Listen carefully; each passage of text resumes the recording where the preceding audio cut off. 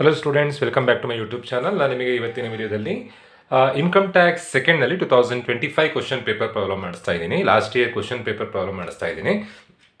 ಅದರಲ್ಲಿ income from house property problem ಮಾಡಿಸ್ತಾ ಇದ್ದೀನಿ.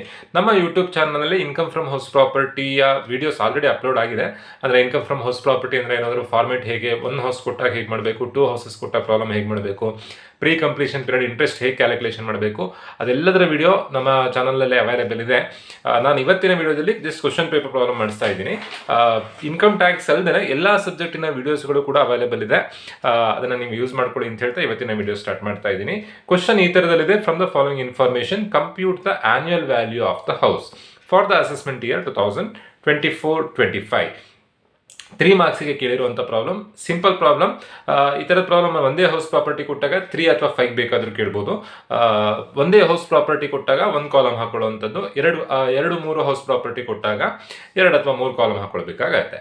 ಅಮೌಂಟ್ ಕಾಲಮ್ ಹಾಕೊಳ್ಳೋದು ಹೇಗೆ ಅಂತಂದರೆ ಡಿಪೆಂಡ್ ಆನ್ ಎಷ್ಟು ಹೌಸ್ ಪ್ರಾಪರ್ಟಿ ಕೊಟ್ಟಿರ್ತೀರ ಅದ್ರ ಮೇಲೆ ಹೋಗುತ್ತೆ. ಈಗ ಒಂದೇ ಹೌಸ್ ಪ್ರಾಪರ್ಟಿ ಕೊಟ್ಟಿರೋದು, ಸೊ ಜಸ್ಟ್ 1 ಕಾಲಮ್ ಹಾಕೊಂಡ್ರೆ ಸಾಕು. ಸೊ ಕ್ವಶನ್ ಅಲ್ಲಿ compute income from house property ಏನು ಕೊಟ್ಟಿದ್ದಾರೆ, ಕಂಪ್ಯೂಟ್ ಆನ್ಯುವಲ್ ವ್ಯಾಲ್ಯೂ ಕೊಟ್ಟಿದ್ದಾರೆ ನೋಡಬೇಕು. ಈ ಪ್ರಾಬ್ಲಮ್ ಅಲ್ಲಿ ಕೊಟ್ಟಿರುವಂಥದ್ದು ಕಂಪ್ಯೂಟ್ ಆನ್ಯುವಲ್ ವ್ಯಾಲ್ಯೂ ಮಾಡಿ ಆದ್ಮೇಲೆ ನೆಕ್ಸ್ಟ್ ಕ್ಯಾಲ್ಕುಲೇಷನ್ ಮಾಡೋದು income from house property. Compute income from house property ಅಂತ ಕೊಟ್ಟರೆ ನೆಟ್ ಆನ್ಯುವಲ್ ವ್ಯಾಲ್ಯೂ ಆದ್ಮೇಲೆ ನೆಕ್ಸ್ಟ್ 1-2 ಸಣ್ಣ ಸ್ಟೆಪ್ ಬರುತ್ತೆ. ಅದನ್ನ ಕ್ಯಾಲ್ಕುಲೇಟ್ ಮಾಡಿದ್ರೆ ಇನ್ಕಮ್ ಫ್ರಮ್ ಹೌಸ್ ಪ್ರಾಪರ್ಟಿ ಸಿಗುತ್ತೆ. ಬಟ್ ಈ ಪ್ರಾಬ್ಲಮ್ ಅಲ್ಲಿ ಕೇಳಿರುವಂಥದ್ದು ಜಸ್ಟ್ ಕಂಪ್ಯೂಟ್ ಆನ್ಯುವಲ್ ವ್ಯಾಲ್ಯೂ ಅಂತ ಕೇಳಿದ್ದಾರೆ. ನೋಡಿ, ಹೀಗೆ ಕೊಟ್ಟಾಗ ಫಸ್ಟ್ ನೀಟಾಗಿ ನೀವು ಫಾರ್ಮೇಟ್ ಬರ್ಕೊಳ್ಬೇಕು. ಪ್ರಾಬ್ಲಮ್ ಹೇಗೆ ಕೊಟ್ಟಿರಲಿ, ಫಾರ್ಮೇಟ್ ಇದೇ ಥರನೇ, ಫಾರ್ಮೇಟ್ ಚೇಂಜಸ್ ಆಗೋದಿಲ್ಲ. ಈ ಫಾರ್ಮೇಟ್ ಅಲ್ಲಿರುವಂಥ ಟರ್ಮ್ಸ್ಗಳನ್ನು ನಾನು ನಿಮಗೆ ವಿಡಿಯೋದಲ್ಲಿ ಆಲ್ರೆಡಿ ಫಸ್ಟ್ ವಿಡಿಯೋದಲ್ಲಿ ತಿಳಿಸಿದ್ದೀನಿ. ಯಾರ್ಯಾರು ಆ ವಿಡಿಯೋಸ್ ನೋಡ್ಲಿಲ್ವೋ ಆ ವಿಡಿಯೋಸ್ ನೋಡ್ಕೊಂಡು ನೆಕ್ಸ್ಟ್ ಈ ವಿಡಿಯೋ ನೋಡಿ, ಅವಾಗ ಈಸಿಯಾಗಿ ಅರ್ಥ ಆಗುತ್ತೆ. ನೋಡಿ, ಇದು ಇನ್ಕಮ್ ಫ್ರಮ್ ಹೌಸ್ ಪ್ರಾಪರ್ಟಿಯ ನೆಟ್ ಆನ್ಯುವಲ್ ವ್ಯಾಲ್ಯೂದು ಫಾರ್ಮೇಟ್ ಇದು. ಫಸ್ಟ್ ಯಾವಾಗಲೂ ನಾವು ಮುನ್ಸಿಪಾಲ್ ವ್ಯಾಲ್ಯೂ ಬರೀಬೇಕು, then fair rental value, notional rent, standard rent, ಇವೆಲ್ಲ ಒಂದಷ್ಟು ಟರ್ಮ್ಸ್ ಬರ್ತಾ ಹೋಗುತ್ತೆ. So net annual value find out ಮಾಡೋದು ಹೇಗೆ ಅಂತಂದ್ರೆ, ನಿಮ್ಮ ಮನೆಯನ್ನ ನೀವು ಬಾಡಿಗೆ ಕೊಟ್ಟಿದ್ದೀರಾ ಅಂತ ಅನ್ಕೊಳ್ಬೇಕು. ನಿಮ್ಮ ಮನೆಯಿಂದ ವರ್ಷಕ್ಕೆ ಎಷ್ಟು ಆದಾಯ ಬರ್ತಾ ಇದೆ, ಎಷ್ಟು ಇನ್ಕಮ್ ಬರ್ತಾ ಇದೆ ಅಂತ ಫೈಂಡ್ ಔಟ್ ಮಾಡೋದೇ ನೆಟ್ ಆನ್ಯುವಲ್ ವ್ಯಾಲ್ಯೂ. ಸೊ ಈ ಪ್ರಾಬ್ಲಮ್ ಮಾಡಬೇಕಾದ್ರೆ ಫಸ್ಟ್ ನೀವು ಐಡೆಂಟಿಫೈ ಮಾಡಬೇಕಾಗಿರೋದು ಅಲ್ಲಿರುವಂಥ ಹೌಸ್ ಪ್ರಾಪರ್ಟಿ ಲೆಟ್ಔಟ್ ಪ್ರಾಪರ್ಟಿನ ಸೆಲ್ಫ್ ಅಕ್ಯುಪೈಡ್ ಪ್ರಾಪರ್ಟಿನ ಅಂತ ಐಡೆಂಟಿಫೈ ಮಾಡಬೇಕು. ಲೆಟ್ಔಟ್ ಪ್ರಾಪರ್ಟಿ ಅಂತಂದ್ರೆ ಬಾಡಿಗೆಗೆ ಕೊಟ್ಟಿರುವಂಥ ಮನೆ, ಸೆಲ್ಫ್ ಅಕ್ಯುಪೈಡ್ ಪ್ರಾಪರ್ಟಿ ಅಂತಂದ್ರೆ ನೀವೇ ಇರುವಂಥ ಮನೆ. ಯಾವಾಗ ನಿಮ್ಮ ಮನೆಯಿಂದ ನಿಮಗೆ ಆದಾಯ ಬರುತ್ತೆ, ನಿಮ್ಮ ಮನೆಯನ್ನ ನೀವು ಬಾಡಿಗೆ ಕೊಟ್ಟರೆ ಮಾತ್ರ ಆದಾಯ ಬರುತ್ತೆ. ನೀವೇ ಇದ್ರೆ ಯಾವುದೇ ಥರ ಇನ್ಕಮ್ ಆಗೋದಿಲ್ಲ. ಸೊ ನೀವೇ ಇದ್ರೆ ಅದಕ್ಕೆ ಸೆಲ್ಫ್ ಅಕ್ಯುಪೈಡ್ ಪ್ರಾಪರ್ಟಿ ಅಂತ ಅಂತೀವಿ, ಬಾಡಿಗೆ ಕೊಟ್ಟರೆ ಲೆಟ್ಔಟ್ ಪ್ರಾಪರ್ಟಿ ಅಂತ ಅಂತೀವಿ. ಒಂದ್ ವೇಳೆ ಅವ್ರ ಮನೇಲಿ ಅವರೇ ಇದ್ರೆ ಸೆಲ್ಫ್ ಅಕ್ಯುಪೈಡ್ ಪ್ರಾಪರ್ಟಿ ಆದರೆ ನೀವು ಏನೂ ಕ್ಯಾಲ್ಕುಲೇಷನ್ ಮಾಡಲಿಕ್ಕಿಲ್ಲ, ಎಲ್ಲ ಅಮೌಂಟ್ ಕಾಲಮಿಗೆ ನಿಲ್ ಬರೆದ್ರೆ ಆಯಿತು. ಸೊ ಒಂದು ವೇಳೆ ಬಾಡಿಗೆ ಕೊಟ್ಟಿದ್ರೆ ಅವಾಗ ನೀವು ಕ್ಯಾಲ್ಕುಲೇಷನ್ ಮಾಡಬೇಕು. ಸೊ ಫಸ್ಟ್ ಕ್ವಶನ್ ಕೊಟ್ಟಾಗ ನೀವು ಅದನ್ನು ಐಡೆಂಟಿಫೈ ಮಾಡಬೇಕು. ಕ್ವಶನಲ್ಲಿ ಕೊಟ್ಟಿರುವಂಥ ಹೌಸ್ ಪ್ರಾಪರ್ಟಿ ಸೆಲ್ಫ್ ಅಕ್ಯುಪೈಡ್ ಪ್ರಾಪರ್ಟಿನ ಲೆಟ್ಔಟ್ ಪ್ರಾಪರ್ಟಿನ ಅಂತ ನೋಡಿ. ಅದು ಹೇಗೆ ಗೊತ್ತಾಗುತ್ತೆ ಅಂತಂದರೆ, ಕ್ವಶನಲ್ಲಿ ಆ್ಯಕ್ಚುಯಲ್ ರೆಂಟ್ ಅಂತ ಕೊಟ್ಟಿರ್ತಾರೆ. ಕ್ವಶನಲ್ಲಿ ಆ್ಯಕ್ಚುಯಲ್ ರೆಂಟ್ ಕೊಟ್ಟು ಅಮೌಂಟ್ ಕೊಟ್ಟಿದ್ರೆ ಅಂದರೆ ಬಾಡಿಗೆ ಬರ್ತಾ ಇದೆ ಅಂತ ಅರ್ಥ. ಆ್ಯಕ್ಚುಯಲ್ ರೆಂಟ್ ಇದ್ದರೆ ಲೆಟ್ಔಟ್ ಪ್ರಾಪರ್ಟಿ, ಆ್ಯಕ್ಚುಯಲ್ ರೆಂಟ್ ಇಲ್ಲ ಅಂತಂದರೆ ಸೆಲ್ಫ್ ಅಕ್ಯುಪೈಡ್ ಪ್ರಾಪರ್ಟಿ. ಇದನ್ನು ಫಸ್ಟ್ ಅರ್ಥ ಮಾಡ್ಕೊಳ್ಬೇಕು. ಸೆಲ್ಫ್ ಅಕ್ಯುಪೈಡ್ ಪ್ರಾಪರ್ಟಿ ಅಂತಂದರೆ ಬಾಡಿಗೆ ಕೊಡಲಿಲ್ಲ ಅಂತ ಅರ್ಥ. ಬಾಡಿಗೆ ಕೊಡದೇ ಇದ್ರೆ ಯಾವುದೇ ಥರ ಇನ್ಕಮ್ ಆಗಲ್ಲ. ಅಮೌಂಟ್ ಕಾಲಮ್ ಮುನ್ಸಿಪಾಲ್ ವ್ಯಾಲ್ಯೂಯಿಂದ ನೆಟ್ ಆನ್ಯುವಲ್ ವ್ಯಾಲ್ಯೂ ತನಕ ನಿಲ್ ಬರೆದ್ರೆ ಆಯಿತು. ಯಾವಾಗ ಅಮೌಂಟ್ ಬರೀಬೇಕು, ಲೆಟ್ಔಟ್ ಪ್ರಾಪರ್ಟಿ ಬಾಡಿಗೆಗೆ ಕೊಟ್ಟಿರುವಂಥ ಮನೆ ಆಗಿದ್ರೆ ಮಾತ್ರ ಕ್ಯಾಲ್ಕುಲೇಷನ್ ಮಾಡಬೇಕು. ಈ ಪ್ರಾಬ್ಲಮ್ ಅಲ್ಲಿ ಆ್ಯಕ್ಚುಯಲ್ ರೆಂಟ್ ಇದೆ, ಆ್ಯಕ್ಚುಯಲ್ ರೆಂಟ್ ಕೊಟ್ಟಿದ್ರೆ ಲೆಟ್ಔಟ್ ಪ್ರಾಪರ್ಟಿ, ಆ್ಯಕ್ಚುಯಲ್ ರೆಂಟ್ ಕೊಟ್ಟಿಲ್ಲ ಅಂತಂದ್ರೆ ಸೆಲ್ಫ್ ಅಕ್ಯುಪೈಡ್ ಪ್ರಾಪರ್ಟಿ. ಸೊ ಈಗ ಸೆಲ್ಫ್ ಅಕ್ಯುಪೈಡ್ ಆ್ಯಕ್ಚುಯಲ್ ರೆಂಟ್ ಕೊಟ್ಟಿಲ್ಲ ಅಂದರೆ ಸೆಲ್ಫ್ ಅಕ್ಯುಪೈಡ್ ಪ್ರಾಪರ್ಟಿ, ಈಗ ಕೊಟ್ಟಿರೋದ್ರಿಂದ ಲೆಟ್ಔಟ್ ಪ್ರಾಪರ್ಟಿ ಅಂತ ನಿಮಗೆ ಅರ್ಥ ಆಯಿತು. ಸೊಲ್ಯೂಷನ್ ಮಾಡೋದು ಹೇಗೆ ಅಂತಂದರೆ, ಯಾವಾಗಲೂ ಫಸ್ಟ್ ಮುನ್ಸಿಪಾಲ್ ವ್ಯಾಲ್ಯೂ ಬರೀಬೇಕು. ಮುನ್ಸಿಪಾಲ್ ವ್ಯಾಲ್ಯೂ ಕ್ವಶನ್ ಅಲ್ಲಿ 90,000 ಕೊಟ್ಟಿದ್ದಾರೆ. ಮುನ್ಸಿಪಾಲ್ ವ್ಯಾಲ್ಯೂ ಅಂತಂದರೆ ಇಷ್ಟು ಬಾಡಿಗೆ ತಗೊಳ್ಬೋದು ಅಂತ ಹೇಳಿ ಮುನ್ಸಿಪಾಲ್ ಕಾರ್ಪೊರೇಷನ್ ಪಟ್ಟಣ ಪಂಚಾಯತ್ ಇರೋ ಒಂದು ಅಮೌಂಟ್ ಫಿಕ್ಸ್ ಮಾಡ್ತಾರೆ, ಅದಕ್ಕೆ ಮುನ್ಸಿಪಾಲ್ ವ್ಯಾಲ್ಯೂ ಅಂತ ಅಂತೀವಿ. Then fair rental value, municipal ವ್ಯಾಲ್ಯೂವನ್ನು ಫೇರ್ ರೆಂಟಲ್ ವ್ಯಾಲ್ಯೂ ಜೊತೆ ಕಂಪೇರ್ ಮಾಡಬೇಕು. ಫೇರ್ ರೆಂಟಲ್ ವ್ಯಾಲ್ಯೂ 95,000 ಇದೆ. ಸೊ ಫಸ್ಟ್ ಸ್ಟೆಪ್ಪಲ್ಲಿ ಏನು ಮಾಡಬೇಕು ಅಂತಂದರೆ, municipal value fair rental value compare ಮಾಡಿ ಯಾವುದು ಹೈಯೆಸ್ಟ್ ಇರುತ್ತೋ ಅದನ್ನು ನೋಷನಲ್ ರೆಂಟ್ ಅಂತ ಬರೀಬೇಕು. 90,000, 95,000 ಇವೆರಡರಲ್ಲಿ ಹೈಯೆಸ್ಟ್ ಇರುವಂಥದ್ದು ಯಾವುದು? 95 ಹೈಯೆಸ್ಟ್ ಇರುವಂಥದ್ದು 95,000. ಫಸ್ಟ್ ಸ್ಟೆಪ್ಪಲ್ಲಿ ಹೈಯೆಸ್ಟ್ ಇರೋದನ್ನು ಬರೀಬೇಕು. ಅದನ್ನೇ ಫಸ್ಟ್ ಸ್ಟೆಪ್ಪಿನ ಆನ್ಸರನ್ನೇ ಸೆಕೆಂಡ್ ಸ್ಟೆಪ್ಪಿಗೆ ಬರ್ಕೊಳ್ಬೇಕು.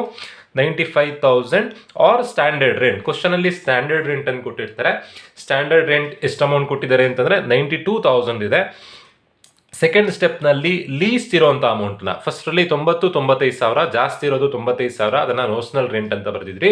ಸೆಕೆಂಡ್ ಸ್ಟೆಪ್ಪಿಗೆ notional rent standard rent compare ಮಾಡಿ ಲೀಸ್ಟ್ ಇರೋದನ್ನು WEL ಅಂತಂದರೆ whichever is least, WEH ಅಂತಂದರೆ whichever is highest. First ಸ್ಟೆಪ್ಪಲ್ಲಿ ಹೈಯೆಸ್ಟ್ ಇರೋದು ಬರೀಬೇಕು, ಸೆಕೆಂಡ್ ಸ್ಟೆಪ್ಪಲ್ಲಿ ಕಮ್ಮಿ ಇರೋದು ಲೀಸ್ಟ್ ಇರೋದು ಬರೀಬೇಕು. 95, 92 ಕಮ್ಮಿ ಇರೋದು ಯಾವುದು 92,000 ರೂಪಾಯಿ ಕಮ್ಮಿ ಇರೋವಂಥ ಅಮೌಂಟ್, ಅದು ಎಕ್ಸ್ಪೆಕ್ಟೆಡ್ ರೆಂಟಲ್ ವ್ಯಾಲ್ಯೂ ಆಗುತ್ತೆ. ಫಸ್ಟ್ ಸ್ಟೆಪ್ಪಿನ ಆನ್ಸರನ್ನು ಸೆಕೆಂಡ್ ಸ್ಟೆಪ್ಪಿಗೆ ಬರೆದ್ರಿ, ಸೆಕೆಂಡ್ ಸ್ಟೆಪ್ಪಿನ ಆನ್ಸರನ್ನು ಥರ್ಡ್ ಸ್ಟೆಪ್ಪಿಗೆ ಬರೀಬೇಕು. ಎಕ್ಸ್ಪೆಕ್ಟೆಡ್ ರೆಂಟಲ್ ವ್ಯಾಲ್ಯೂ ಎಷ್ಟಿದೆ? ಎಕ್ಸ್ಪೆಕ್ಟೆಡ್ ರೆಂಟಲ್ ವ್ಯಾಲ್ಯೂ 92,000 ಇದೆ. ಆರ್ ಆಕ್ಚುಯಲ್ ರೆಂಟ್ ಕ್ವಶನ್ ಅಲ್ಲಿ ಕೊಟ್ಟಿದ್ದಾರೆ ನೋಡಿ. ಆಕ್ಚುಯಲ್ ರೆಂಟ್ ಅಂತಂದ್ರೆ ಒಂದು ವರ್ಷದ ಬಾಡಿಗೆಯನ್ನು ಬರೀಬೇಕು ನೀವು, ಒಂದು ತಿಂಗಳು ಬಾಡಿಗೆ ಅಲ್ಲ. ತಿಂಗಳಿಗೆ 8,000 ರೂಪಾಯಿ, ಅಲ್ಲಿಗೆ ವರ್ಷಕ್ಕೆ ಎಷ್ಟಾಗುತ್ತೆ? 8,000 × 12, 12 × 96,000 ರೂಪಾಯಿ ವರ್ಷದ ಬಾಡಿಗೆ ಆಗುತ್ತೆ. ಅದರಲ್ಲಿ ಅನ್ರಿಯಲೈಸ್ಡ್ ರೆಂಟ್ ಅಂತ ಏನಾದರೂ ಕ್ವಶನ್ ಅಲ್ಲಿ ಕೊಟ್ಟಿದ್ರೆ ಕಳೆದು ಬರಿಬೇಕು. ಅನ್ರಿಯಲೈಸ್ ರೆಂಟ್ ಅಂದ್ರೆ ಬರದೇ ಇರೋ ಬಾಡಿಗೆ. ಫಾರ್ ಎಕ್ಸಾಂಪಲ್ 96,000 ರೂಪಾಯಿ ಬಾಡಿಗೆ ಬರಬೇಕಿತ್ತು, 6,000 ರೂಪಾಯಿ ಬಾಡಿಗೆ ಕೊಡ್ತಾ ಇಲ್ಲ. ಹಾಗಾದ್ರೆ ಬಂದಿರೋ ಬಾಡಿಗೆ ಎಷ್ಟು? 96,000ದಲ್ಲಿ 6,000 ಬಂದಿಲ್ಲ, ಹಾಗಾದ್ರೆ ಬಂದಿರೋಂಥ ಬಾಡಿಗೆ 90,000. ಸೊ ಅನ್ರಿಯಲೈಸ್ ರೆಂಟ್ ಅಂದ್ರೆ ಬರದೇ ಇರೋಂಥ ಬಾಡಿಗೆ. ಕ್ವಶನ್ ಅಲ್ಲಿ ಏನು ಅನ್ರಿಯಲೈಸ್ ರೆಂಟ್ ಕೊಡ್ಲಿಲ್ಲ, ವರ್ಷದ ಬಾಡಿಗೆ 96,000, ಅದೇ ಅಮೌಂಟ್ ಅನ್ನ ಇಲ್ಲಿ ಬರೆಯುವಂಥದ್ದು 96,000. ನೋಡಿ, ಈಗ 3 ಸ್ಟೆಪ್ಪನ್ನು ನೀವು ಫಸ್ಟ್ ಫಾಲೋ ಮಾಡಬೇಕು. ಫಸ್ಟ್ ಸ್ಟೆಪ್ಪಲ್ಲಿ ಹೈಯೆಸ್ಟ್ ಇರೋದು, ನೆಕ್ಸ್ಟ್ ಸ್ಟೆಪ್ಪಲ್ಲಿ ಲೀಸ್ಟ್ ಇರೋದು, ಥರ್ಡ್ ಸ್ಟೆಪ್ಪಲ್ಲಿ ಹೈಯೆಸ್ಟ್ ಇರೋದು ಬರೀಬೇಕು. 92, 96,000, ಹೈಯೆಸ್ಟ್ ಇರೋದು ಯಾವುದು? 96,000. ಈ 3 ಸ್ಟೆಪ್ಪನ್ನು ಕನ್ಫ್ಯೂಷನ್ ಮಾಡ್ಕೊಳ್ಬೇಡಿ. ಫಸ್ಟ್ ಸ್ಟೆಪ್ಪಲ್ಲಿ ಹೈಯೆಸ್ಟ್ ಇರೋದು, ಸೆಕೆಂಡ್ ಸ್ಟೆಪ್ನಲ್ಲಿ ಲೀಸ್ಟ್ ಇರೋದು, ಥರ್ಡ್ ಸ್ಟೆಪ್ನಲ್ಲಿ ಹೈಯೆಸ್ಟ್ ಇರೋದು. 92, 96,000. 96 ಹೇಗೆ ಬಂತು?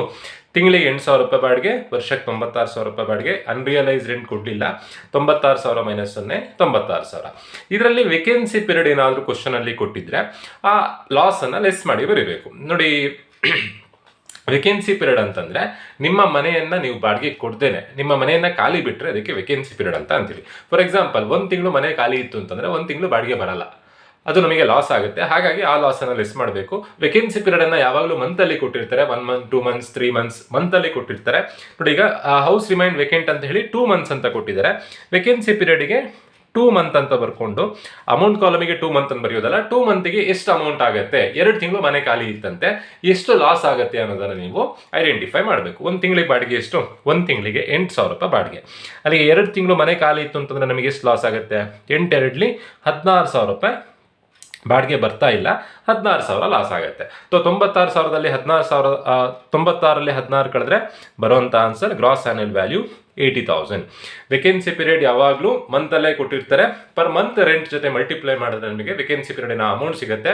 96,000 - 16,000, 80,000 less municipal tax paid by the owner. ಯಾರ್ಯಾರಿಗೆ ಸ್ವಂತ ಮನೆ ಇರುತ್ತೋ ಅವರೆಲ್ಲರೂ ಕೂಡ ಮನೆ ಕಂದಾಯ ಕಟ್ಟಲೇಬೇಕು. ಮನೆ ಕಂದಾಯಕ್ಕೆ ಮುನ್ಸಿಪಾಲ್ ಟ್ಯಾಕ್ಸ್ ಅಂತ ಅಂತೀವಿ. ಮುನ್ಸಿಪಾಲ್ ಟ್ಯಾಕ್ಸ್ ಅನ್ನ ಓನರ್ ಪೇಮೆಂಟ್ ಮಾಡಿದ್ರೆ ಮಾತ್ರ ಡಿಡಕ್ಟ್ ಮಾಡಬೇಕು. ಟೆನಾಂಟ್ ಪೇಮೆಂಟ್ ಮಾಡಿದ್ರೆ, ಬಾಡಿಗೆಗಿರೋರು ಪೇಮೆಂಟ್ ಮಾಡ್ತಾ ಇದ್ರೆ ಇವರ ಇನ್ಕಮ್ಗೆ ಯಾವುದೇ ತರ ಎಫೆಕ್ಟ್ ಆಗೋದಿಲ್ಲ. ಹಾಗಾಗಿ ಟೆನಾಂಟ್ ಪೇ ಮಾಡಿದ್ರೆ ಕ್ವಶನ್ ಅಲ್ಲಿ ಏನಾದರೂ municipal tax paid by the tenant ಅಂತ ಕೊಟ್ಟರೆ ನೀವು ಇಲ್ಲಿ ಕನ್ಸಿಡರ್ ಮಾಡ್ಲಿಕ್ಕಿಲ್ಲ. Municipal tax paid by the owner ಅಂತ ಕೊಟ್ಟರೆ ಮಾತ್ರ ಕನ್ಸಿಡರ್ ಮಾಡಬೇಕು. ಈ ಪ್ರಾಬ್ಲಮ್ ಅಲ್ಲಿ municipal tax paid by the owner ಅಂತಾನೆ ಕೊಟ್ಟಿದ್ದಾರೆ. ಕೆಲವೊಂದು ಪ್ರಾಬ್ಲಮ್ ಅಲ್ಲಿ ಡೈರೆಕ್ಟ್ ಆಗಿ ಅಮೌಂಟ್ ಕೊಡ್ತಾರೆ, ಕೆಲವೊಂದು ಪ್ರಾಬ್ಲಮ್ ಅಲ್ಲಿ ಅಮೌಂಟ್ ಕೊಡೋದಿಲ್ಲ. ಈ ಪ್ರಾಬ್ಲಮ್ ಅಲ್ಲಿ ಅಮೌಂಟ್ ಕೊಟ್ಟಿಲ್ಲ, ಅಮೌಂಟ್ ಕೊಡದೇ ಇದ್ದಾಗ ಪರ್ಸೆಂಟೇಜ್ ಕೊಡ್ತಾರೆ. ಎಷ್ಟು ಪರ್ಸೆಂಟೇಜ್ ಕೊಟ್ಟಿದ್ದಾರೆ? 10% ಕೊಟ್ಟಿದ್ದಾರೆ. ಯಾವುದ್ರ ಮೇಲೆ 10% ಮಾಡಬೇಕು ಅಂತಂದ್ರೆ ಮುನ್ಸಿಪಾಲ್ ವ್ಯಾಲ್ಯೂ ಮೇಲೆ 10% ಮಾಡಬೇಕು. ಮುನ್ಸಿಪಾಲ್ ವ್ಯಾಲ್ಯೂ ಎಷ್ಟು ಅಮೌಂಟ್ ಕೊಟ್ಟಿದ್ದಾರೆ? ಮುನ್ಸಿಪಾಲ್ ವ್ಯಾಲ್ಯೂ 90,000 ಕೊಟ್ಟಿದ್ದಾರೆ.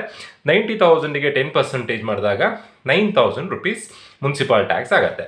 80,000 ರೂಪಾಯಿ ಅವರಿಗೆ ಮನೆಯಿಂದ ಇನ್ಕಮ್ ಆಗಿತ್ತು, ಅದರಲ್ಲಿ 9,000 ರೂಪಾಯಿ ಮನೆ ಕಂದಾಯ ಕಟ್ಟಬೇಕು. ಹಾಗಾದ್ರೆ ಅವರಿಗೆ ಮನೆಯಿಂದ ಆಗುವಂಥ ಇನ್ಕಮ್ ಎಷ್ಟು? ಟೋಟಲ್ ಆಗಿ ಮನೆಯಿಂದ ವರ್ಷಕ್ಕೆ ಏನು ಇನ್ಕಮ್ ಆಗುತ್ತೆ? 80ರಲ್ಲಿ 9,000 ಕಳೆದ್ರೆ 71,000. ಇದು ನೆಟ್ ಆನ್ಯುವಲ್ ವ್ಯಾಲ್ಯೂ. ಇದೇ ಪ್ರಾಬ್ಲಮ್ಗೆ ಇನ್ಕಮ್ ಫ್ರಮ್ ಹೌಸ್ ಪ್ರಾಪರ್ಟಿ ಅಂತ ಕೊಟ್ಟಿದ್ರೆ ಒಂದು ಸಣ್ಣದೆರಡು ಎಕ್ಸ್ಟ್ರಾ ಡಿಡಕ್ಷನ್ ಅಂಡರ್ ಸೆಕ್ಷನ್ 24 ಅಂತ ಬರೆದು ಫಾರ್ಮೇಟ್ ಅನ್ನ ಇಲ್ಲಿ ತನಕ ಕಂಟಿನ್ಯೂ ಮಾಡಬೇಕಿತ್ತು. ಈಗ ನೆಟ್ ಆನ್ಯುವಲ್ ವ್ಯಾಲ್ಯೂ ಅಂತ ಕೊಟ್ಟರೆ ಇಷ್ಟೇ ಬರೋದ್ರ ಆಯ್ತು. ಕ್ವಶನ್ ಎಷ್ಟೇ ಕಷ್ಟ ಕೊಟ್ಟಿದ್ರು ಕೂಡ ನೆಟ್ ಆನ್ಯುವಲ್ ವ್ಯಾಲ್ಯೂ ಅಂತ ಕೊಟ್ಟರೆ ಫಾರ್ಮೇಟ್ ಇದೇ ಥರನೇ ಅಮೌಂಟ್ ಬೇರೆ ಬೇರೆ ಥರ ಬರ್ತಾ ಹೋಗುತ್ತೆ. ಯಾವಾಗ ಅಮೌಂಟ್ ಬರೀಲಿಕ್ಕಿಲ್ಲ, ಸೆಲ್ಫ್ ಆಕ್ಯುಪೈಡ್ ಪ್ರಾಪರ್ಟಿ ಆದರೆ ಅಮೌಂಟ್ ಬರೀಲಿಕ್ಕಿಲ್ಲ, ಲೆಟೌಟ್ ಪ್ರಾಪರ್ಟಿ ಆದರೆ ಮಾತ್ರ ಅಮೌಂಟ್ ಬರೀಬೇಕು. ಹೋಪ್ ಎಲ್ರಿಗೂ ವಿಡಿಯೋ ಅರ್ಥ ಆಗಿದೆ ಅಂತ ಅನ್ಕೊಳ್ತಾ ವಿಡಿಯೋ ಮುಗಿಸ್ತಾ ಇದ್ದೀನಿ. Thank you.